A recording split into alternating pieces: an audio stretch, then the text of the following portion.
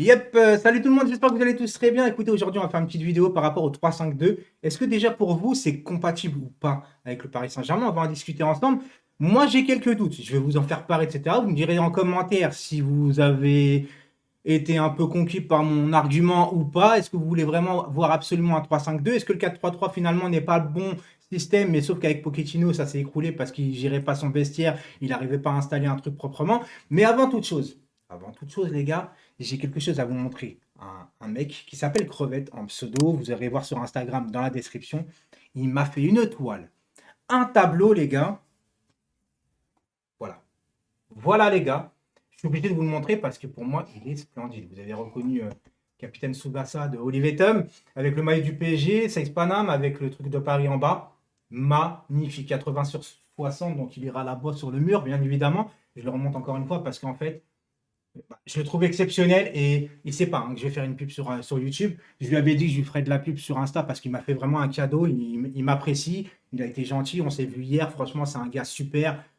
Un artiste. Pour moi, c'est un artiste. Je sais pas dessiner. Moi, les gars, le dessin, c'est un truc que j'aurais voulu vraiment faire, mais que j'ai pas pu. Voilà, j'ai pas pu quand ma prof à l'époque à l'école me demande de faire un hamburger et elle croit que j'ai dessiné une éponge. Je pense qu'à mon avis, je me suis dit le dessin, c'est pas pour moi. Donc voilà les gars, n'hésitez pas à lui donner de la force sur Instagram, vraiment allez l'ajouter. Je le répète encore une fois sur Insta dans la description. Maintenant, on va parler du 3-5-2 les gars. Et le 3-5-2, je répète, le 3-5-2, pour moi déjà, il va falloir choisir le gardien. Et le gardien, on n'est pas là pour ça aujourd'hui, mais ça va être un débat complet. Ça va être un débat complet. Moi, si les deux restent entre Donnarumma et Navas, je mets Navas parce que, soi-disant, c'est le meilleur qui doit jouer. Pour moi, le meilleur pour le moment, c'est Navas, il n'y a pas de débat. Donc, certains vont me dire, l'avenir, c'est Donnarumma, effectivement, mais si Donnarumma, c'est l'avenir et que tu as encore Navas, tu mets Navas, Donnarumma, tu le gardes. Tu le gardes. Voilà. On verra plus tard. Maintenant, les gars, les trois derrière. Alors, normalement, tu as Marquinhos, on est d'accord. On a Kipembe et Sergio Ramos. Pour le moment, on dit bien pour le moment. Ramos, on ne sait pas s'il va récupérer de ses blessures, etc., s'il va être en forme ou pas. Et derrière, on me parle d'un Skriniar qui doit arriver. Donc, si Skriniar arrive, les gars, je suis désolé, je pourrais peut-être faire encore une vidéo là-dessus, mais Kipembe est derrière les trois défenseurs après. Je suis désolé de vous dire, Kipembe, je l'adore, c'est un titi, il c'est un battant, etc. Mais au niveau de la concentration, du marquage, etc., techniquement parlant, défenseur central, il est derrière de tous les restes que je vous ai cités. Maintenant, est-ce que ça suffit pour mettre trois défenseurs centraux avec un seul remplaçant de qualité, alors qu'on ne sait même pas si Kipembe va rester ou pas? Derrière, tu as qui?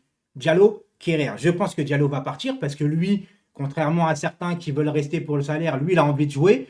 C'est un compétiteur. Donc, je pense que Diallo va partir. Donc, derrière, tu as donc Ramos, Marquinhos, Skriniar, peut-être Kipembe en remplaçant et Kerrer. Entre tous les matchs de Ligue des Champions, Coupe de France, Championnat, les suspensions, les blessures, est-ce qu'on a une profondeur de banc suffisante pour pallier? Et il y a peut-être Danilo qui peut choisir en polyvalence aussi. J'ai oublié Danilo. Mais est-ce que c'est suffisant? Je ne suis pas sûr. Ensuite, à gauche, ok, tu as Nuno Mendes qui, même en défense à 4, moi je l'ai trouvé bon. Mais en piston, c'est vrai qu'il serait bon. Et puis de toute façon, tu as Bernat en remplaçant. À droite, tu as juste Hakimi. Dagba qui est parti à Strasbourg. Et pour le moment, les gars, on n'a personne à droite. Donc déjà, il y a un problème. De toute façon, défense à 4 ou pas, les gars, en 3-5-2, de toute façon, piston ou défense à 4, il va falloir recruter un latéral droit en palliant l'absence d'Hakimi. Ou voire peut-être le dépasser. Parce que pour le moment, Hakimi, alors certes, certains vont me dire, ouais, mais Hakimi, il n'a pas été servi par Di Maria, les Sud-Américains. C'est vrai. Mais en attendant, il a fait un bon mois d'août où il m'a donné beaucoup d'espoir. Et après, il a un peu descendu. C'est aussi un peu de sa faute, les gars. Pas totalement. Mais on ne va pas commencer à trouver des excuses.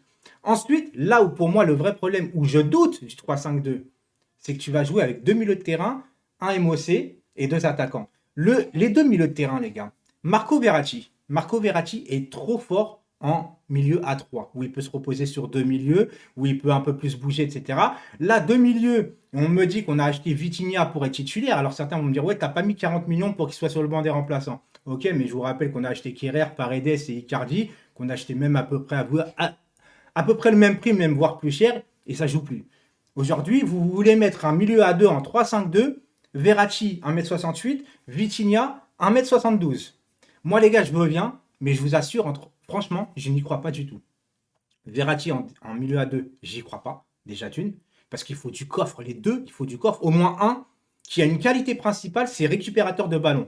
Et aujourd'hui, Verratti, il sait récupérer des ballons. Vitinha sait récupérer des ballons, mais c'est pas leur qualité première. Et en milieu à deux, pour moi, il faut un mec vraiment en qualité première qui récupère des ballons. On n'en a pas, hormis Idrissa Gueye et peut-être Danilo. Voilà. Donc, j'ai un peu de mal parce que derrière, devant, tu as un Neymar, un Mbappé et un Messi. On est d'accord avec ça, les gars? Neymar, MOC. Messi qui va tourner autour avec Mbappé pareil, en mode électron libre tous les deux, même avoir un peu plus Messi, parce que Mbappé va prendre la profondeur. Mais on a qui après en remplacement en fait? Même si Skamaka arrive, pour moi, c'est pas suffisant. Tu me diras, en ailier, c'est la même chose. Mais, moi les gars, je voulais pas faire une vidéo trop longue. Bon, ça va, ça fait même pas 6 minutes, donc tranquille. Je voulais pas vous déranger un dimanche, etc. Mais moi, le 3-5-2, les gars, par rapport à tout ce que je vous ai dit, j'ai des doutes. Parce que en vérité, et en plus, j'ai oublié de vous dire, les gars, ben oui, Kipembe aujourd'hui. En défense à 3, il n'est pas bon. Défense à 3, même avec l'équipe de France, il n'est pas à l'aise Kipembe avec une défense à 3. Est-ce qu'aujourd'hui, Marquinhos est aussi à l'aise dans une défense à 3? Je n'en suis pas si sûr non plus. Est-ce que Ramos est aussi à l'aise dans une défense à 3? Je n'en suis pas sûr non plus. Donc en fait, on fait quoi? On fait un 3-5-2 juste pour Hakimi. En fait, c'est ça qu'on est en train de me dire. En fait, on va donner une formation pour mettre à l'aise un seul joueur parmi tant d'autres. Parce que Nuno Mendes, je vous l'ai dit, il sera très fort en piston, mais il est aussi déjà très bon en défense à 4. Donc moi, désolé les gars, hein, moi j'ai des doutes. Aujourd'hui, je ne suis pas sûr que Verratti soit fait pour une défense, pour un milieu à 2.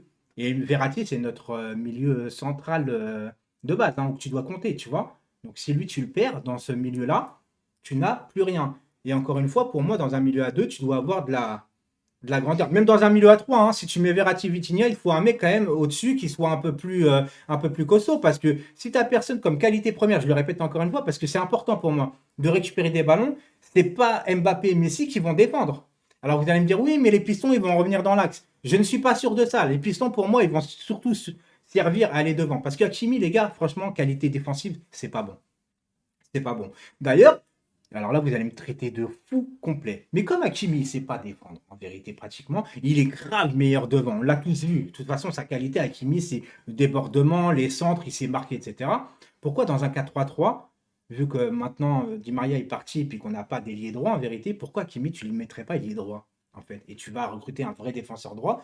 Mais pourquoi aujourd'hui, tu ne mettrais pas Hakimi ailier droit? Par exemple, c'est juste une idée, vu qu'on perd un peu de qualité défensive avec Hakimi, qui, les gars, faut le dire clairement, il est meilleur devant et c'est pas de sa faute. Il a toujours joué comme ça, que ce soit au Real et tout ça. Le Real n'en a pas voulu. D'ailleurs, ils n'ont pas voulu le garder. Hakimi a voulu partir parce qu'il rentrait pas dans le système de jeu. Dortmund, il joue en piston. Inter, il joue en piston parce qu'il était beaucoup plus devant.